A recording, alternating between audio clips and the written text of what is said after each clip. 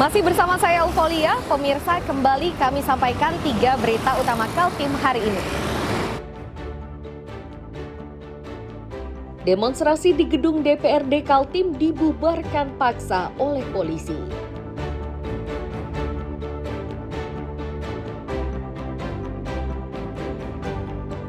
Sejumlah elemen masyarakat di Malinau Kota gelar deklarasi damai.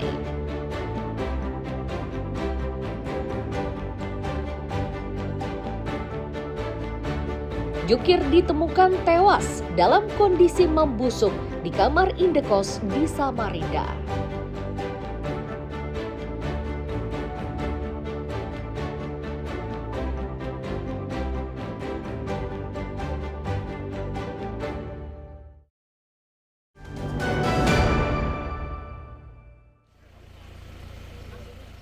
Evakuasi terhadap jasad laki-laki dari dalam sebuah kamar indekos nomor 7 dilakukan tim Inafis Polresta bersama relawan.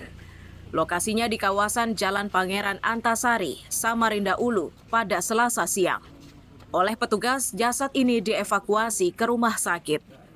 Babin Kamtipmas Teluk Lerong Ulu menyatakan informasi temuan jasad ini didapat dari penjaga malam rumah indekos tersebut.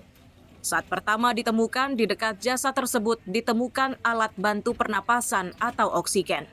Diketahui juga jika pria ini berprofesi sebagai juru parkir.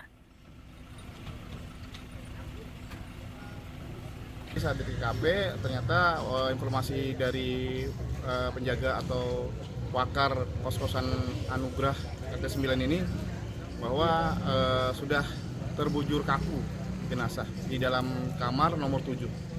Untuk kondisi korban dan jenis kelaminnya Pak Yusuf? Untuk jenis kelaminnya laki-laki atau pria. Kondisi korban pada saat ditemukan seperti apa?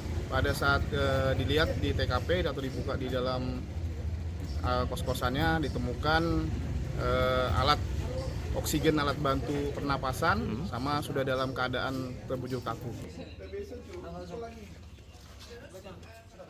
Penjaga indekos mengaku kaget saat mendapati jasad di kamar tersebut. Itu karena kamar ini sudah sebulan dalam kondisi tidak berpenghuni. Saat pertama melihat jasad tersebut sudah dikerubuti semut.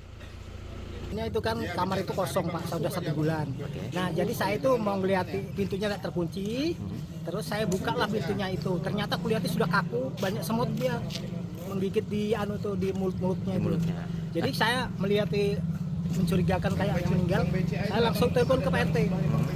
Itu kejadiannya. Bapak mengenali nggak, Pak? Nggak kenal, namanya nggak kenal, cuman dulu pernah dia nyawa di sini. Dulu. Beberapa tahun yang lalu.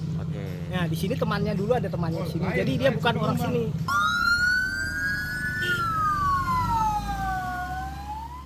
Kasus kematian juru parkir ini masih didalami oleh polisi. Amir Hamzah dan Iswanto melaporkan dari Samarinda.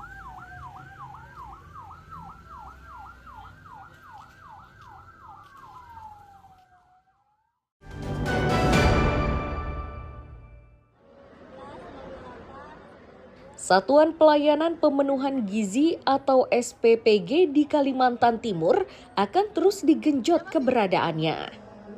Ini dimaksudkan agar penyaluran makanan bergizi gratis bisa merata tersebar di seluruh kabupaten kota di Kaltim.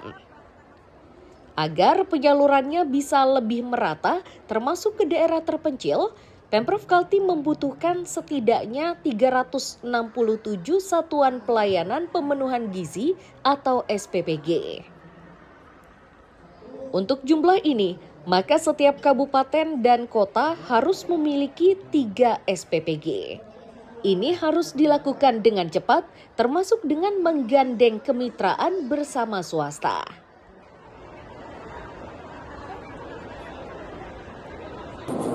Kami sudah menyampaikan kepada 10 kabupaten kota untuk setiap kabupaten kota wajib untuk membangun SPPBG minimum 3 lokasi di luar daripada kemitraan pihak swasta maupun juga pusda-pusda di kabupaten kota maupun di provinsi membangun SPPG itu. Segera untuk bisa mencapai 367 yang diberikan. Program MBG sendiri merupakan inisiasi Presiden Prabowo Subianto yang telah efektif berjalan di berbagai provinsi di Indonesia sejak awal tahun 2025.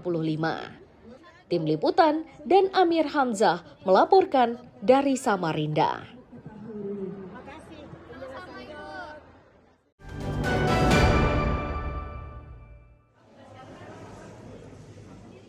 Evaluasi terhadap kinerja Badan Layanan Umum Daerah atau BLUD pada sejumlah rumah sakit umum daerah di Kaltim menjadi catatan penting. Ini setelah Dinas Kesehatan meminta tata kelola keuangan serta pengembangan layanan perlu diperbaiki, termasuk transparansi terkait pendapatan rumah sakit. Kepala Dinas Kesehatan Kaltim menyatakan setiap rumah sakit yang berada di bawah bendera pemerintah provinsi wajib melaporkan kegiatannya termasuk sumber pendapatannya. Laporan ini harus disampaikan setiap bulan dan harus ditembuskan ke Komisi 4 DPRD Kaltim. Aktivitas ini merupakan salah satu wujud bentuk transparansi terhadap tata kelola keuangan dan pengembangan layanan.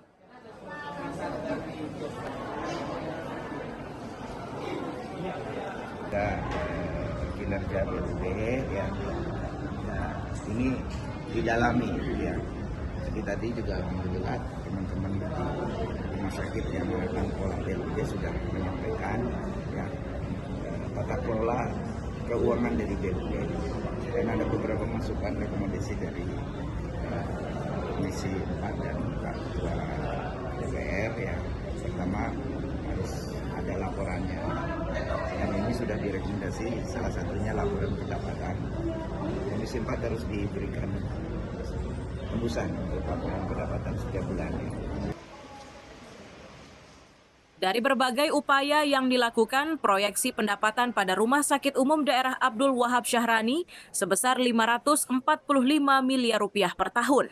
Selanjutnya RSUD Kanujoso Jatiwibowo sebesar Rp478 miliar.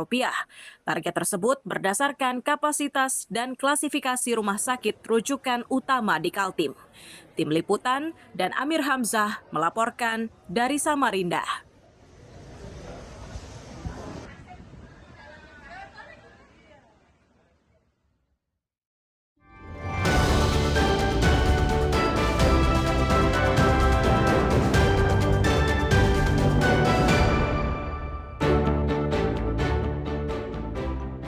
Pemirsa, informasi tadi sekaligus menutup perjumpaan kita kali ini.